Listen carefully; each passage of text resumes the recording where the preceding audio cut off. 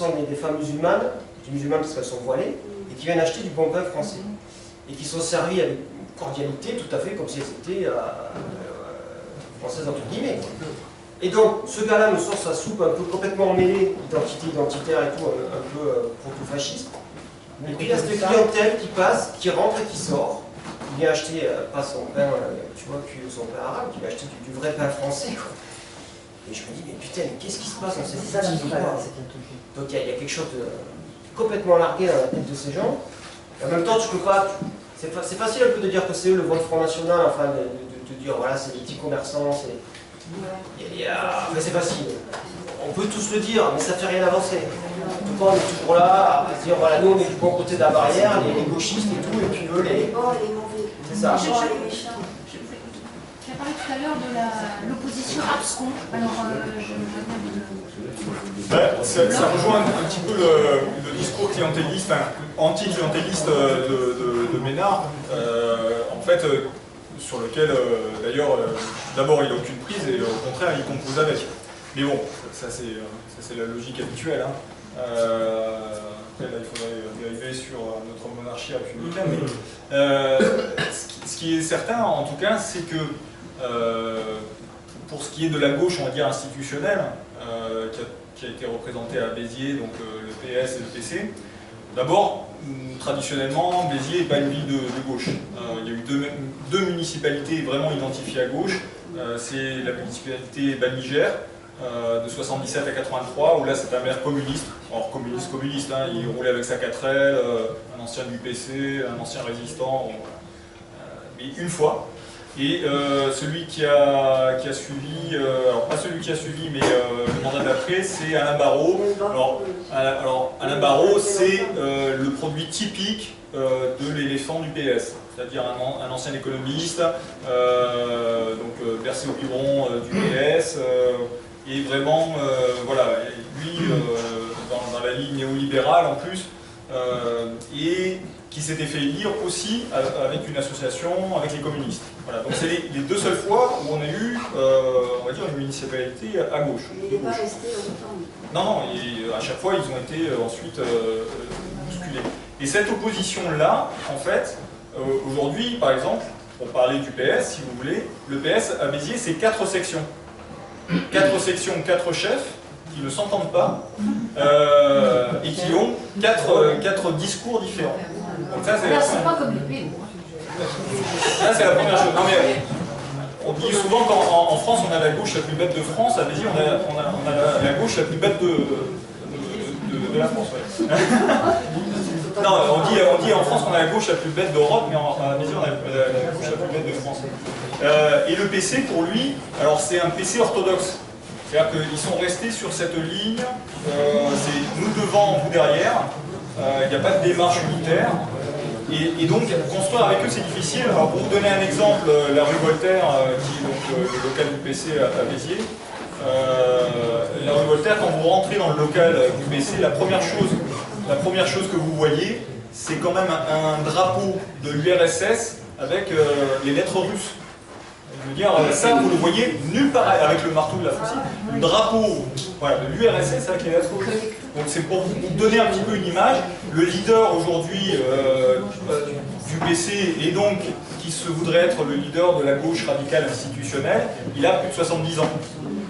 Aujourd'hui, il n'y a pas un cadre du PS qui a moins de 60 ans.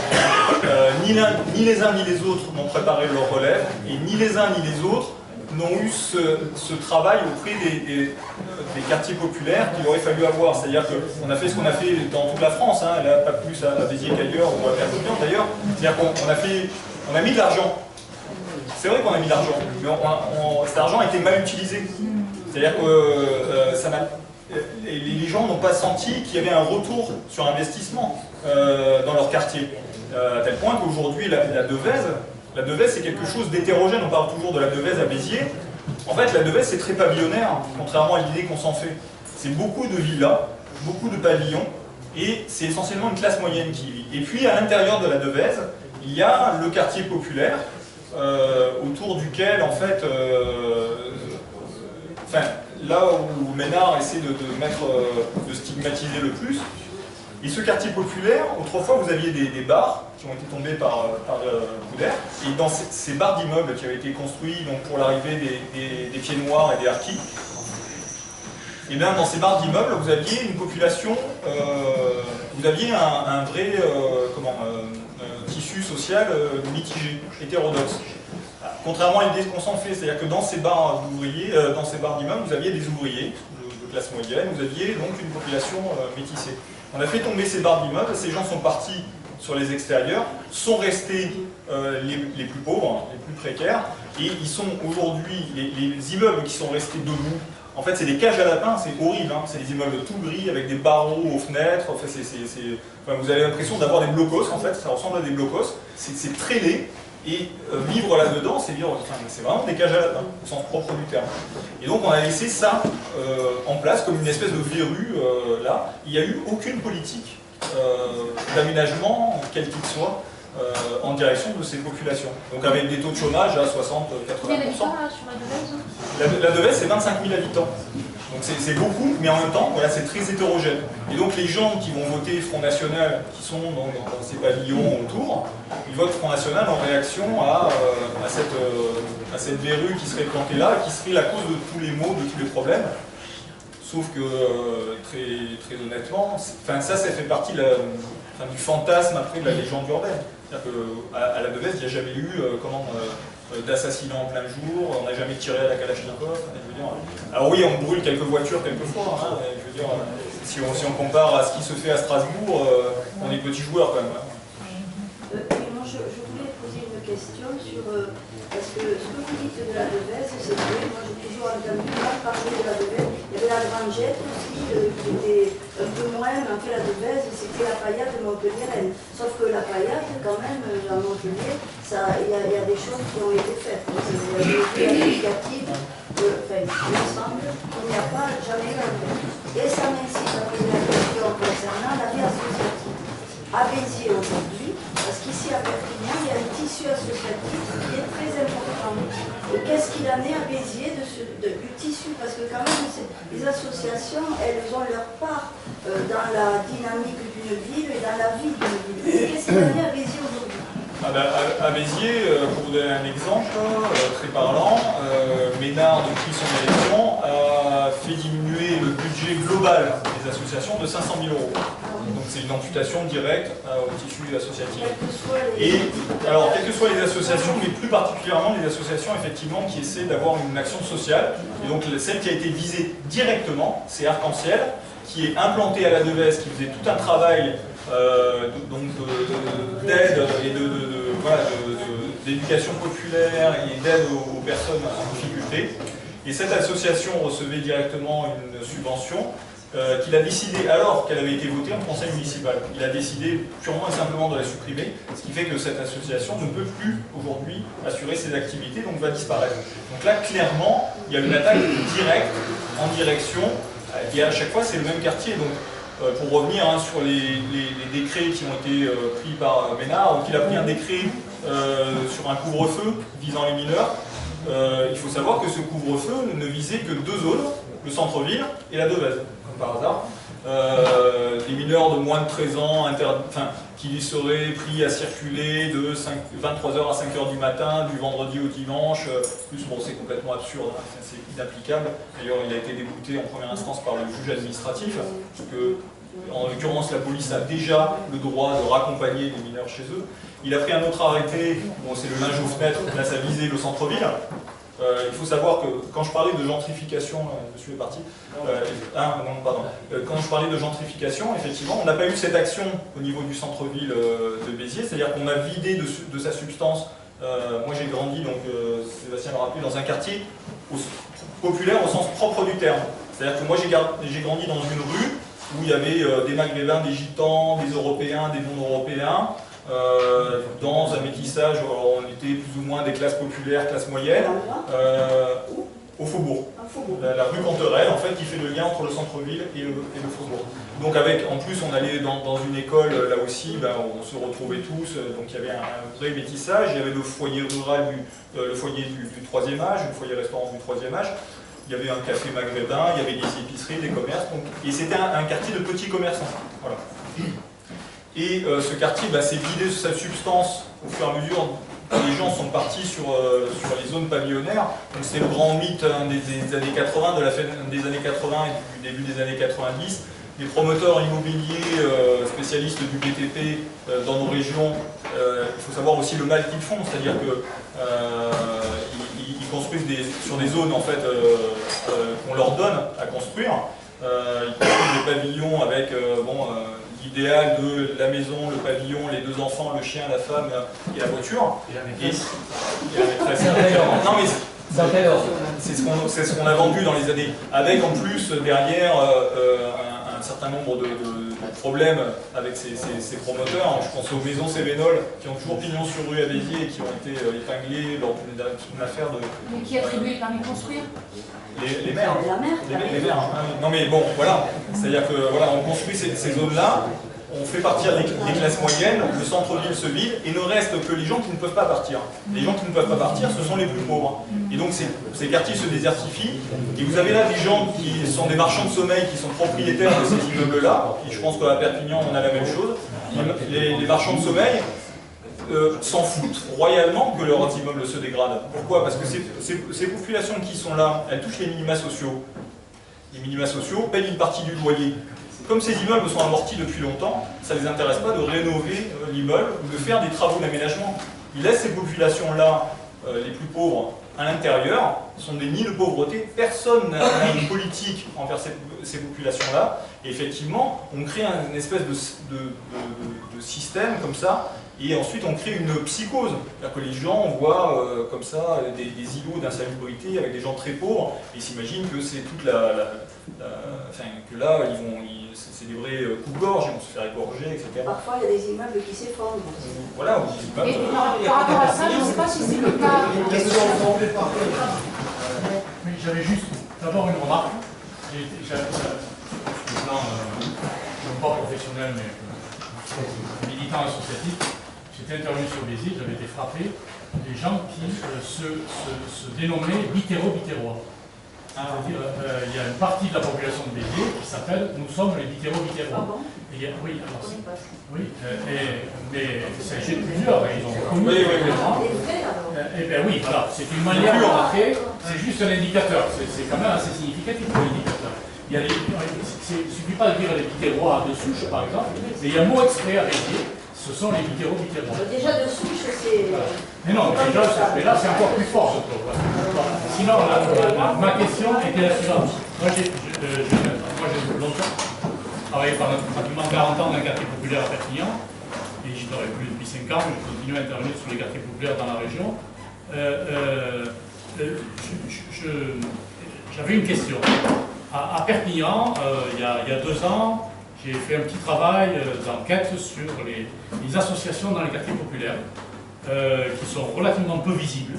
Et j'ai été frappé de voir, pas frappé parce que je les connais, mais enfin, du moins les gens à qui j'ai remis ça, ont été frappés de s'apercevoir que, notamment après 2005, il y a eu la création d'une quinzaine d'associations, très discrètes, d'une quinzaine d'associations dans les quartiers, qui sont des associations tout à fait banales, au sens de l'objet, hein, des associations de mamans, des associations de femmes, des associations de jeunes, etc., qui n'ont jamais fait référence, quand je les ai rencontrées, au fait qu'elles s'étaient créées après 2005, mais symboliquement quand même c'est assez fort, hein, et qui sont les associations qui essayent d'organiser les habitants de ces quartiers, non pas sur des phénomènes d'islamisation rampante, enfin tous les fantasmes qu'on peut leur prêter, mais simplement en tant que citoyens, habitants de ce pays, et considérant que les associations classiques ne les représentent pas du tout. Enfin, notamment la fameuse éducation populaire, qui a depuis longtemps perdu le contact avec les quartiers.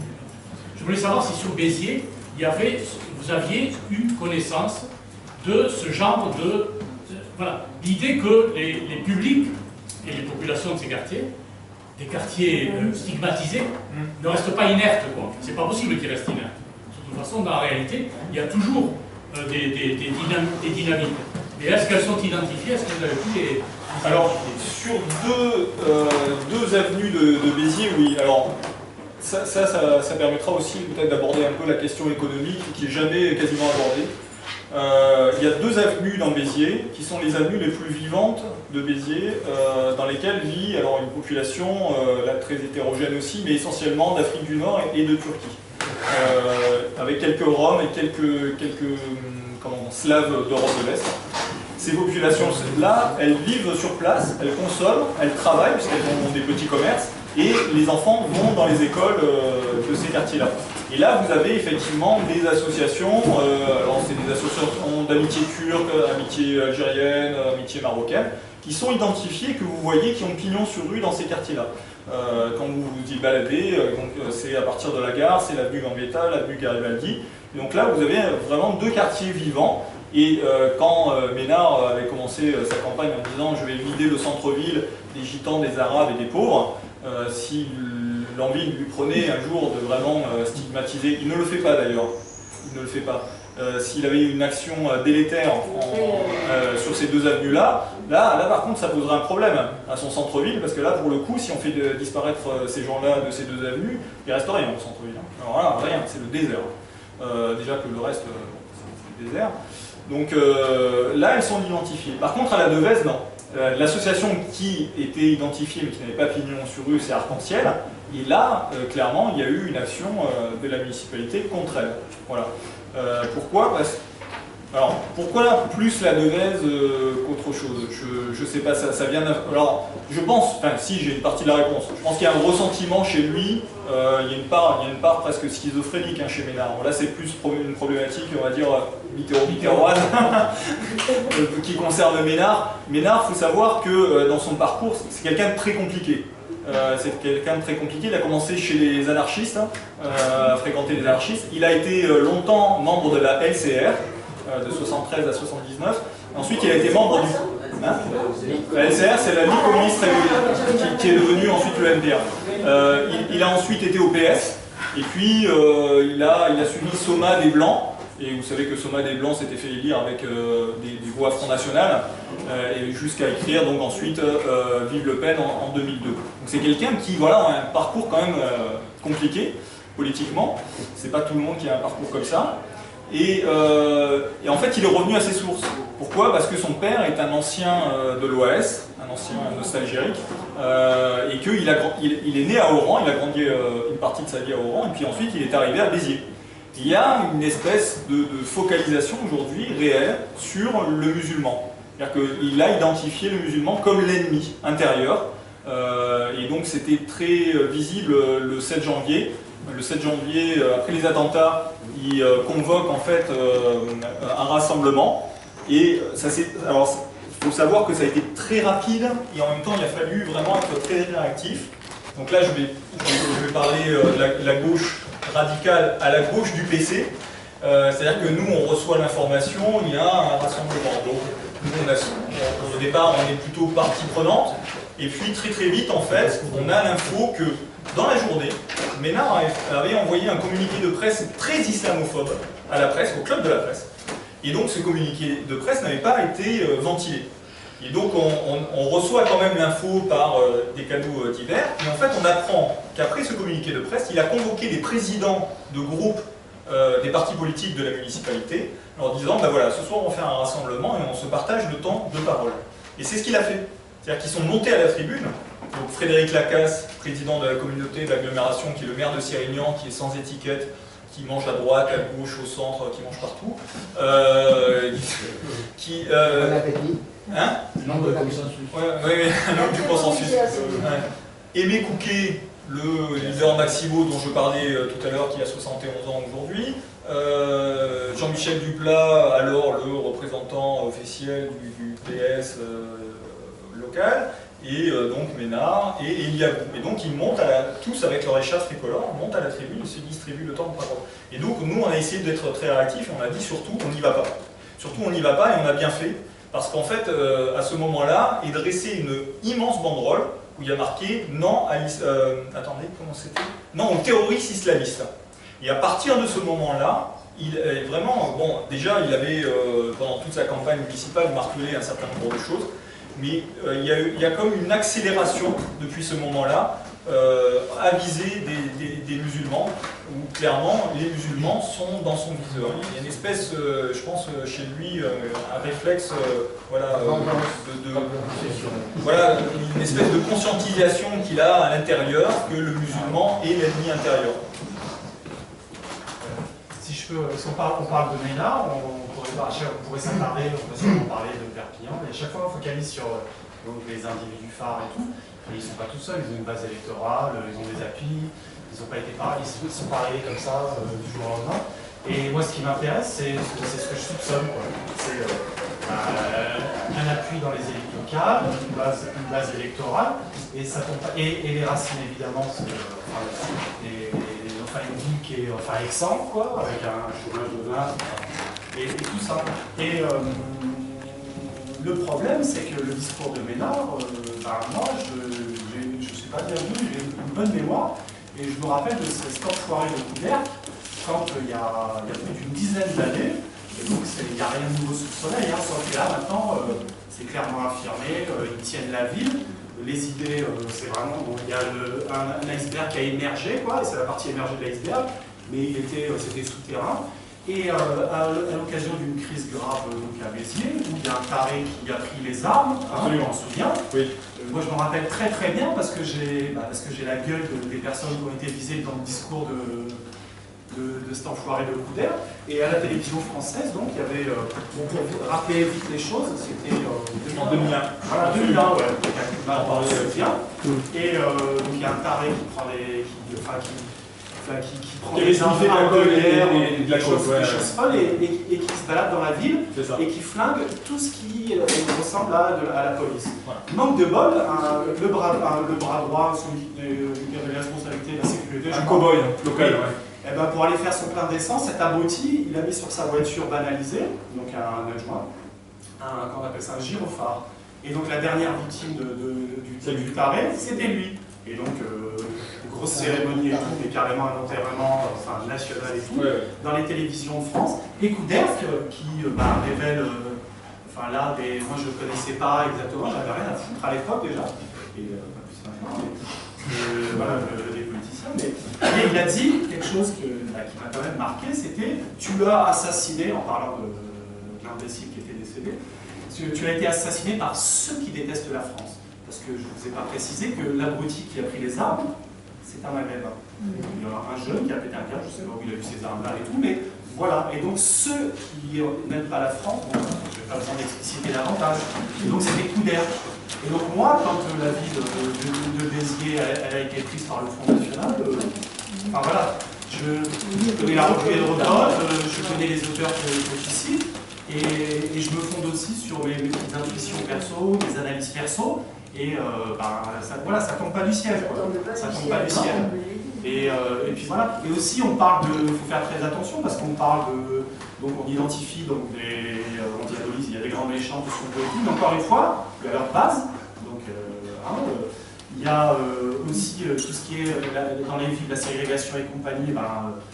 On a tous des gamins et compagnie, et quand on choisit par exemple l'école de nos gamins, on participe à des phénomènes aussi de ségrégation parce qu'on met nos enfants dans les bonnes écoles, quoi, et petit à petit, il y a des écoles qui commencent à se colorer, quoi, et ainsi de suite. Donc c'est un petit peu, il y a tout le monde qui participe aussi à pas mal de choses, et évidemment il y a les pourritures comme le maire actuel ou Couderc qui sont vraiment là, ils y vont, ils surfent sur les peurs d'une frange de la population.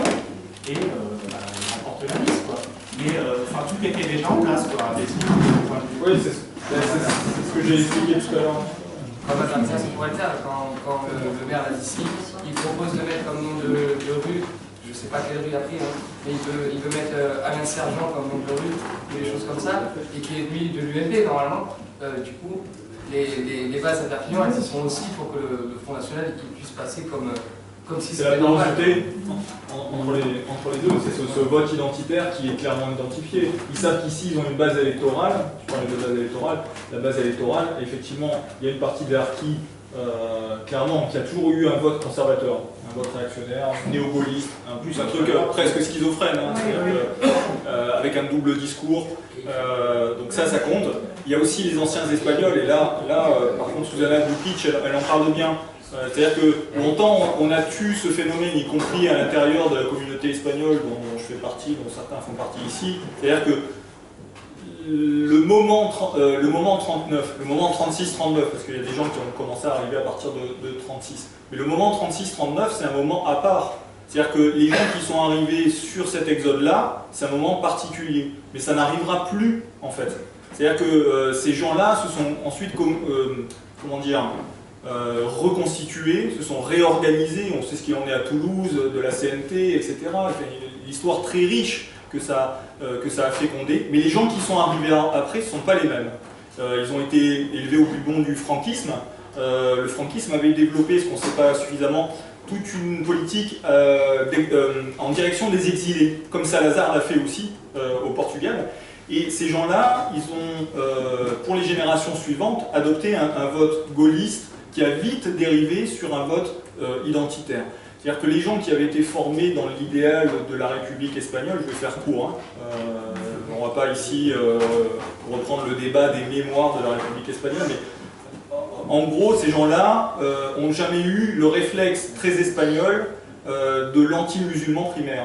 C'est-à-dire que ça aussi, il faut en être conscient. L'espagnol en soi, il s'est construit parce qu'il a évincé le musulman de chez lui.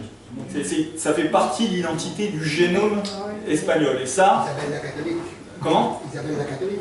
Oui, c'est Isabelle la catholique, mais c'est toute cette histoire qui fait que l'Espagne ne s'est construite presque exclusivement que enfin, l'État espagnol. Je parle de l'État espagnol. Ne s'est construit que dans... Et ça a été toute la phraséologie franquiste. C'est-à-dire que, voilà. Et donc, il y a quand même, dans la rivalité gitan-musulman, il y a quand même ça qui est là. C'est-à-dire qu'il y a un rejet qui existe, qui est séculaire, pour des raisons aujourd'hui qu'on ignore, enfin, voilà, qui ont disparu des esprits, mais ils se haient parce qu'ils sont. Voilà. Et aujourd'hui, c'est un peu la même chose avec le musulman, avec Ménard, c'est-à-dire qu'il est le musulman parce qu'il est musulman. Et c'est aussi, malheureusement, ce discours-là, il fait souche. C'est-à-dire qu'aujourd'hui, clairement, le musulman, c'est la critique que fait Todd sur Charlie, là où je le rejoins assez, c'est des journalistes qui ont travaillé sur l'après-Charlie et qui montrent les actes islamophobes qui se multiplient de façon concrète, réelle, avec des indicateurs, ils le mesurent. C'est-à-dire qu'aujourd'hui, on a identifié un ennemi intérieur sur une religion, qui est l'islam. Aujourd'hui, l'ennemi intérieur, c'est le musulman. Et ça, Ménard, quelqu'un m'avait interpellé tout à l'heure sur le fichage, c'est ça. C'est ni plus ni moins ça. Quand il dit, voilà, il y a 65% des élèves qui sont musulmans à Béziers, c'est complètement absurde. Absurde. C'est débile au possible. Sur certains quartiers, c'est sûrement exact, y compris le quartier, tu parlais de Nasser, de ghettoisation et du choix de où on met les enfants à l'école. Par exemple, ça, c'est quelque chose sur lequel Ménard ne communique pas, et à la limite, personne ne communique dessus. Moi, j'ai fait le choix de mettre mes enfants à la Devèze dans la seule école du quartier populaire qui propose des classes CHAM. Alors, les classes CHAM, c'est quoi? C'est les classes à horaires aménagées musique. Il faut savoir que depuis 1995, à Béziers, il y a un conservatoire national qui a développé en fait tout un programme avec une école spécifique, qui est l'école des Romarins, qui est implantée au cœur de la Devèze. C'est la seule école qui a des classes CHAM, c'est la seule école qui est entre les deux conservatoires, c'est la seule école à avoir des classes CLIS, c'est les classes en direction des enfants handicapés. Cette école, elle a une équipe pédagogique qui est là depuis longtemps, qui travaille avec ces classes qui sont donc particulières. Et moi, j'ai fait le choix de mettre mes enfants là parce que cette équipe pédagogique, elle travaille avec ce milieu, avec ces personnes. Et ce qui est remarquable, c'est le fait qu'il y a en gros zéro problème, quoi. Mis à part les problèmes qu'on peut tous rencontrer dans la vie collective. On a jeté un papier par terre, la petite fille s'est fait tirer les nattes à l'école. Mon dernier, j'ai 3 enfants, mon dernier, il est blond aux yeux bleus. Mais alors c'est un arien, hein. Voilà, tu ne peux pas faire plus blond aux yeux bleus. C'est comme ça, hein, je ne l'ai pas choisi, pourtant je suis d'origine espagnole andalouse. Il est au milieu de la photo, tu vois que lui. Hein. Tu vois, la photo de classe, c'est lui. Et ben moi j'ai fait le choix là, mais effectivement ce choix-là, il n'y a que quelques parents qui le font dans Béziers parce qu'ils ont une certaine comment dire, sensibilité au fait que donner cette chance à ces enfants-là, de les mettre dans des classes chats, c'est une chance. Et y compris de les intégrer dans une école justement très hétérogène au niveau de la population, mais avec ce programme-là, et de fréquenter des classes CLIS, parce que fréquenter un public CLIS, eh ben, moi mes enfants me le disent, c'est pas toujours facile, parce que c'est des enfants quand même particuliers, c'est des enfants... mais il y a une équipe pédagogique qui est là, avec eux, qui travaille depuis 10-15 ans avec eux. Donc il y a un vrai programme. Et bien ça, ni Couder, ni personne, ni aucun responsable, ni même, et surtout, la gauche institutionnelle dont je parlais tout à l'heure, n'a jamais communiqué là-dessus. Et bien ça, c'est l'exemple typique de quelque chose de très positif, qu'on va surtout pas montrer. Pourquoi? Parce que ça se trouve à la Devèze, parce que ça se trouve avec ce public-là, et surtout, si on peut ne pas en parler, alors que ça c'est très positif, eh ben, on évite d'en parler, quoi. Voilà. Et ça c'est une erreur, ça fait partie des choses qui, voilà, sur lesquelles on pourrait discuter, mais ça c'est vraiment une erreur collective. Voilà, c'est vraiment une responsabilité collective de ne pas dire voilà c'est ça qu'il faudrait faire, mais à l'échelle voilà, de multiplier ces initiatives par 100, par 1000, par 10 000. C'est ça qu'il aurait fallu faire. Et bien surtout on ne communique pas là-dessus. C'est absurde. Et je pense que s'il y a une part, quelque chose, enfin moi que je retiens, je m'excuse d'être un peu long là, mais hein? Non, si c'est d'être un peu long. Parce que, non mais en même temps, Béziers, si vous voulez, moi j'y suis pas né. Non mais Béziers, j'y suis pas né, mais j'y ai grandi, et j'y ai grandi avec, je l'ai dit tout à l'heure, dans un quartier populaire au sens propre du terme. J'ai grandi avec eux, avec qui mes enfants aujourd'hui grandissent. Et moi, ce que j'ai toujours entendu dans ma jeunesse, c'est-à-dire que moi je fréquentais Mohamed, José, voilà, dont José Camacho qui s'est fait assassiner en 2002. Là aussi, hein, c'était à Béziers, ils ont communiqué là-dessus, c'est la campagne de 2002, le tout sécuritaire, Jospin qui rate sa campagne, etc. On en parlait tout à l'heure avec Sébastien. José Camacho, c'était un camarade de classe. Pour la petite histoire, c'est un gitan, il rentre chez lui, moi j'ai été en classe avec lui à l'école primaire, c'était mon camarade de classe. Et je découvre à la télé qu'il se fait assassiner par un maghrébin. L'autre l'a assassiné pour aucune raison. Il l'a assassiné parce qu'il l'a assassiné, parce que ce jour-là, il a pété un câble et qu'il l'a assassiné, qu'il a vu José Camacho de dos, en plus il plante un poignard dans le dos, bref. Et donc là-dessus aussi, Couder avait communiqué, toute la droite avait communiqué, donc ça a aidé hein, aussi au climat local. Mais moi j'ai grandi avec eux, et ce que j'ai entendu dans toute ma jeunesse, c'est le discours des parents et de tous ceux qui étaient, on va dire, blancs européens, c'est-à-dire les bicots, le gris, le chaoui, l'arabe. Ça, c'est quelque chose moi, qui m'a marqué, parce que je ne peux pas dire, c'est impossible pour moi de dire que ça, c'était pas vrai. C'est un discours que moi j'ai entendu tout le temps. Et quand je parle du vote identitaire, quand tu parles des racines du mal, et quand on parle de la presse régionale qui en 92 essaye d'attaquer des chercheurs, je veux dire, c'est là depuis longtemps, quoi. Ça c'est sûr. Et aujourd'hui, effectivement, on en est là parce que les racines du mal, elles sont là depuis longtemps. Une question, c'est quoi les rapports de Ménard avec la Ligue du Midi? Ils sont très bons. Oui, ça se doute un peu. Ils sont très bons puisque Ménard, dans son équipe, a intégré des cadres de... Alors, la Ligue du Midi, hein, pour ceux qui ne connaissent pas, c'est les pseudo-dissidents du Front National qui sont sur une base identitaire très régionaliste. Donc c'est Bolène et c'est les Bompard, hein, Bolène et Orange, qui tiennent donc Orange et Bolène depuis pas mal d'années, surtout Orange, sur d'autres problématiques que celles de Béziers et Perpignan. Et en fait, donc il a fait venir des cadres de ces deux villes pour intégrer son équipe municipale. Voilà. Donc c'est des gens qui se retrouvent très bien placés dans sa municipalité, quoi. Parce qu'ils étaient bien représentés au moment du changement de plaque de rue. Ah, ils étaient très bien représentés, oui. Ils étaient en masse. Voilà.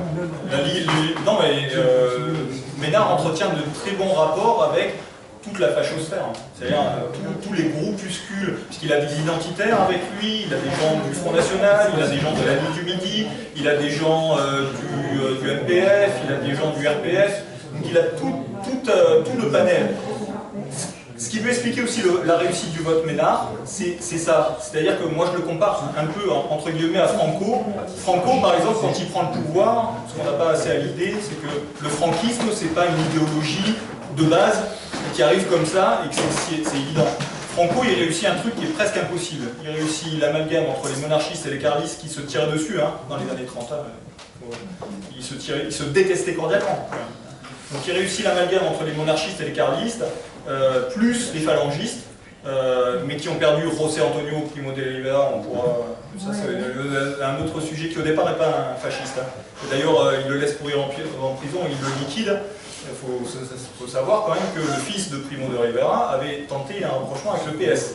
Hein, et quand il le liquide, les fascistes, à l'intérieur de la phalange, peuvent prendre le pouvoir.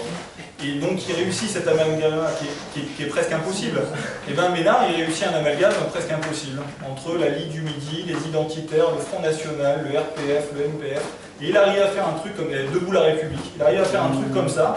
Et en fait, pourquoi Marine Le Pen aujourd'hui regarde à la loupe tous les mois et envoie un billet doux à Ménard par communiqué de presse, c'est parce que Ménard a réussi quelque chose qu'elle aimerait réussir à l'échelle nationale. Voilà. Les fédérateurs. Alors juste, l'heure avance, donc on prend une dernière parole et après on boit un croissant, on peut continuer. David, il peut maintenir 10 discussions à la fois, il est fort bien ça. Vous avez peu parlé de Perpignan quand même. Vous nous annonciez un parallèle Perpignan. Perpignan, on connaît, et Béziers, on connaît ça. Sur le parallèle, sur le fameux parallèle, on reçoit tous, dans les boîtes aux lettres, le journal de propagande municipale de Perpignan, ici, comme dans toutes les mairies de France. Et il y a eu un truc mais qui était génial, moi c'est la campagne qui l'a montré. Autant il y a eu la campagne avec le flingue, il y a eu quelque chose d'édulcoré, mais franchement c'est du même ordre. Parce que dans le journal, il y avait une photo, effectivement, oui, je l'ai vu avec une table. Et si on regarde pas la légende, on se dit tiens, il y a eu une saisie auprès des gangsters d'armes, quoi. Et donc on voit sur cette table d'armes et tout. Et en fait, la photo illustre l'équipement de la police municipale, quoi. Donc c'était dans le journal municipal. Oui, je l'ai vu. Donc en fait, c'est la même recette. Donc c'est moins ostentatoire qu'à Béziers, mais c'est pareil, quoi. C'est pareil. Et donc, voilà. De toute façon, vous avez des cadres du Front National. Tu peux te lever, tu peux. Faut que tu t'imposes là. Vous avez des cadres du Front National sur les BO. Philippe Alliot, c'est quand même. Louis Alliot, pardon, Louis Alliot, c'est quand même pas rien. Toujours, il a dû faire un apport sous la table. C'est probablement celui qui va essayer de s'imposer pour être candidat, être en lice pour les régionales. Ce qui est sûr, c'est qu'en plantant les banderilles qu'ils ont plantées des départementales, si on regarde la carte électorale, ce qu'ils ont fait, c'est effectivement de planter des banderilles pour des régionales. Ça, c'est certain. Un dernier mot, un mot catalan donc du coup. Hein. Un dernier mot catalan. Je ne suis pas catalan. À propos de la vie intérieure, là, pour ouvrir un petit peu là, les fenêtres, moi je pense que l'homme, nous, le monde de l'homme, nous les hommes, parce que c'est pour les femmes, c'est des hommes qui porte en lui l'ennemi intérieur comme la nuée porte l'orage.